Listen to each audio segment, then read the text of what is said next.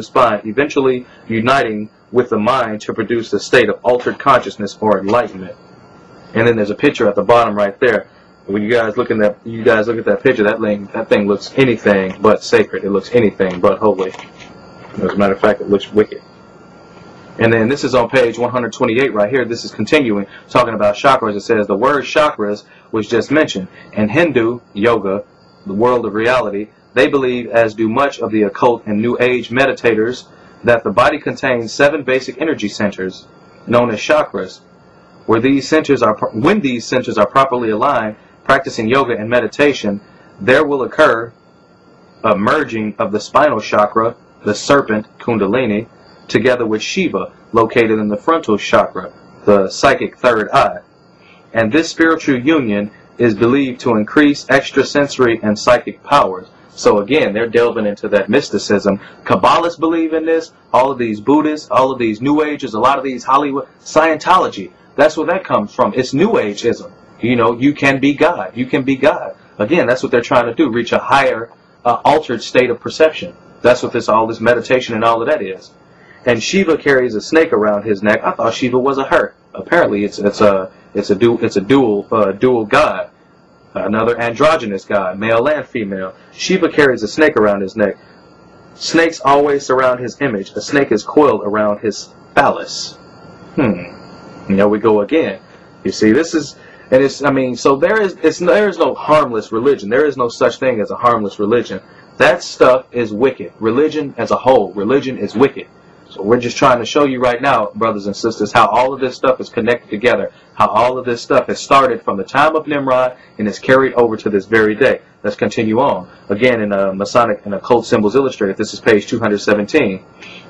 And again, this is talking about the Kundalini.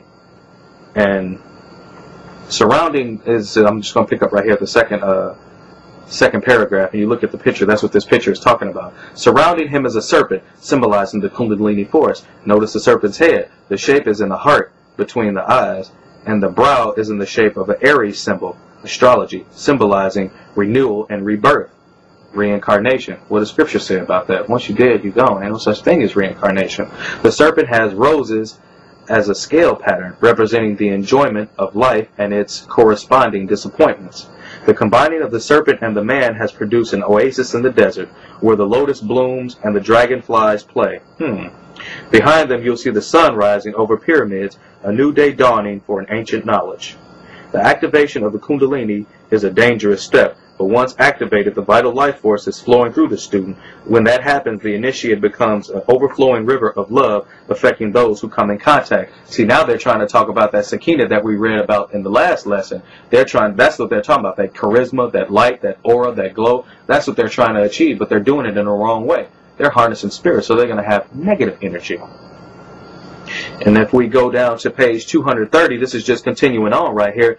This is showing you the Baphomet, the goat-headed demon, the god of the Satan. I mean, it's one of the attributes of Satan right here. He's posed in that cross-legged stance with one hand pointing up and one hand pointing down, again representing the two triangles, the 666, as is below, as is above, so is below. And then on the opposite page, you have the some more Hindu gods right here, and then you have a guy down there. He's got his legs crossed, and he's got that triple six pose like that, where he's doing his hands in that, and he's harnessing the power of those chakras, trying to get that Shekinah, or that light. They call it aura. If you go to page 243, this is showing the 3 6s and that symbol at the bottom, the 666, 666, and that symbol, infinity. On page 250, there's a lightning bolt. Lightning bolts are symbolic of Satan, or the thunderbolt of Zeus. It says right here, just as mentioned, the Tau and the double-headed axe, the same as the thunderbolt. Thor, Set, Zeus, Jupiter, as well as other gods were considered to be the gods of thunder and lightning. It's interesting to note that Thor, who is covered more thoroughly in the other chapter, but is another name for Satan. You see, remember that Satanists love to use a lightning bolt. Harry Potter, you know, what was he doing? He was practicing witchcraft. He was a little witch, and he had a lightning bolt on his head. How many of you let your children walk around with that lightning bolt on your head, unknowing unbeknownst to the fact that that is a symbol of Satan. You see, brothers and sisters, we have to be careful when we do this. Such is that backwards swastika that Hitler had. But see, it was called the Hammer of Thor, and was celebrated in mythology. I'm on page 330 right now. Was celebrated in the mythology of the Norse nations, and the tradition ran that when Thor threw his golden cross and struck it, it struck and, like the boomerang, returned into his hand. So basically, that bent swastika was like a boomerang when he threw it. In Masonry, however, we find that this hammer of Thor exceedingly important and of very ancient usage among the Goths, and in Masonic fraternity it has survived in the form of a mallet. They still use that mallet to this day in their different rituals and things like that. And then on the next page, on page 332, in the Dictionary of Mysticism, it says that we find the swastika is very ancient and widespread tool. Very ancient and widespread symbol, I should say. One of the most sacred and mystic diagrams in occultism. In general, it is regarded as a symbol of the sun. In India especially, it is used as a symbol of good luck. As it is well known, Hitler used the swastika to represent his Nazi party. Hitler belonged to the occult Thule Society, which also used the swastika. Additionally, Hitler was a disciple of the occultist Helena Petrovna Blavatsky, Madame Blavatsky that I was telling you about. So it's no wonder that they had all of their expeditions going over there to the Near East or the Far East to get this information. Like in the video that you guys just saw, those Hindus, they spoke to the Elohim, as they called them, just as Nimrod spoke to the Elohim. So you have the Elohim, infiltrating the East and the West, all of society, all of the known world, all of the world.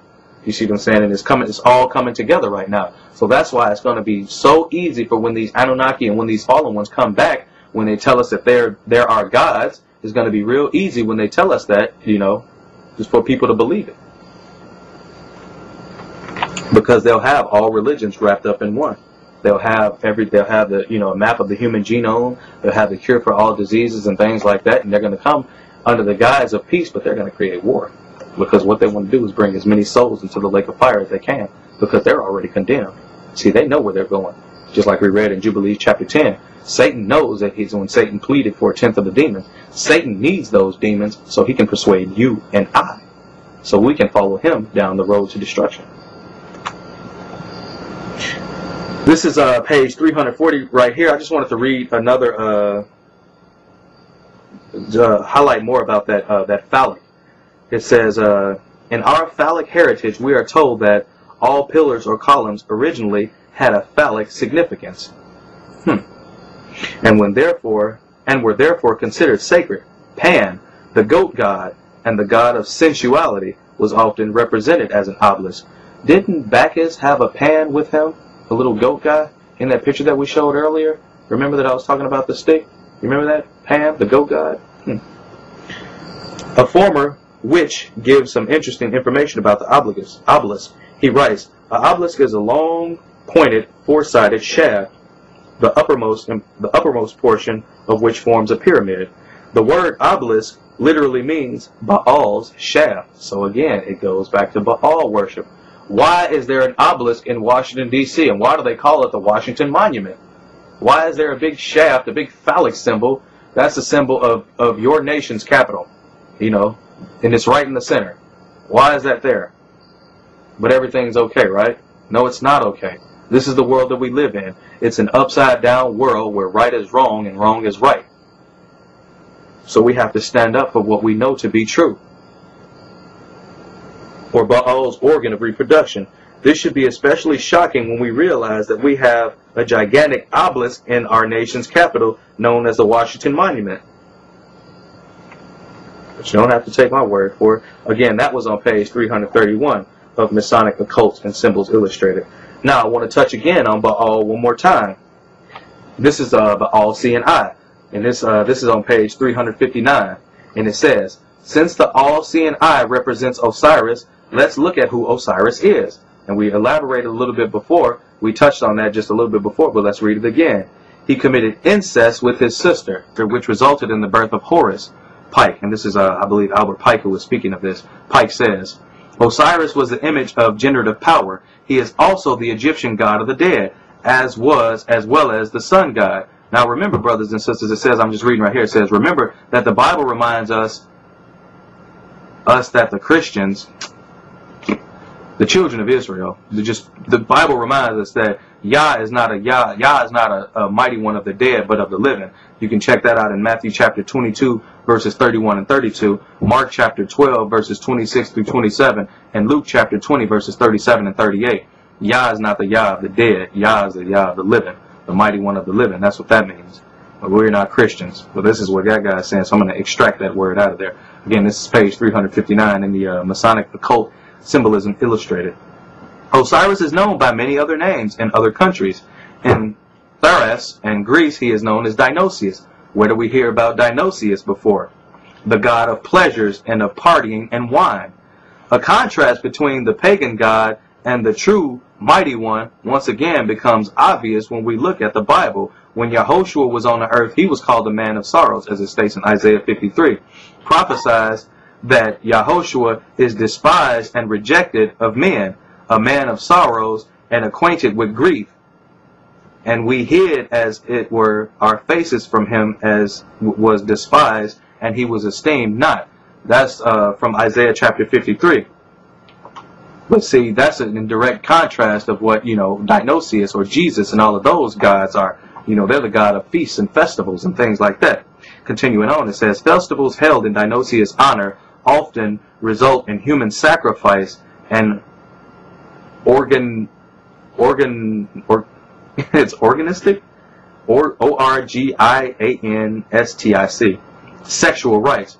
The Roman Osiris is called the Liber or Bacchus, the liberator or Bacchus. The Lydians name him Basurius, and in Persia he is identified as Mithras. So you see, and in Greek and in English he's called Jesus. So now we keep going. Where astrology is practiced by his followers, he is Zagreus to the Cretans and became an underworld divinity who welcomed the souls of the dead to Hades and helped with their purification. The Phrygians, I can't pronounce these people, it's Phrygians, also know Osiris as Sabius, where he is honored as a solar deity, again a sun god, who is represented by horns, and his emblem was a serpent, a horned serpent. And in other places he went by yet other names, such as Deus, the boy Jupiter, the centaur Orion, Saturn, the boy Planus, and so on and so forth. Nimrod, he's actually known as Nimrod too, Adonai, Hermes, Prometheus, Poseidon, Boots, then just a whole bunch of Shiva, Molech, and Baal. So I mean, it goes on and goes on and goes on, to show that just all of these gods, the sun god, the all-seeing eye, which is the Illuminati use it, the Masons use it, all of these people who use these symbols and signs, they're all worshiping the same God. They're worshiping Satan. Whereas in Jeremiah 32:35, Yah forbids us to worship that. And the book just goes on, and then again it shows on page 376 and 377, it shows that letter G, how we read in the book of Masonry before, that G is symbolizing their God, their God, and then they got some pyramids down there, they got some all-seeing eyes. You look in Masonry, the all-seeing eye is everywhere, so is that letter G. You look on page 378, 379, and I'm showing you these pictures as I'm going right now, brothers and sisters, just to show you that, it's everywhere, and all religions, they all worship the same God, because they all have the same names, and let me just show you one more thing here. Let's see if I can find it. If you turn on page, or on 402, I'm going to show you they have the caduceus. That's called the caduceus of Mercury, the escapulous rod, the opaque rod, the rod of life, the staff of Shiva, and the wand of Hermes. So you see that the symbol of modern medicine is in itself pagan and Masonic. You see what I'm saying? Because these are the same people, those doctors, they swear by Apollo and they swear by Escapulus in their oaths, in their Hippocratic oaths. So you see, brothers and sisters, this world that we in, man, it's totally upside down. Everything.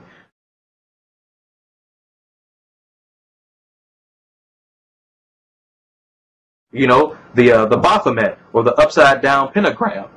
You know, the black goat, the goat of the thousand young, the goat of Needs, the goat-head star, the god of the witches, Judas goat, Sabbatic goat, scapegoat, the star of Mendes.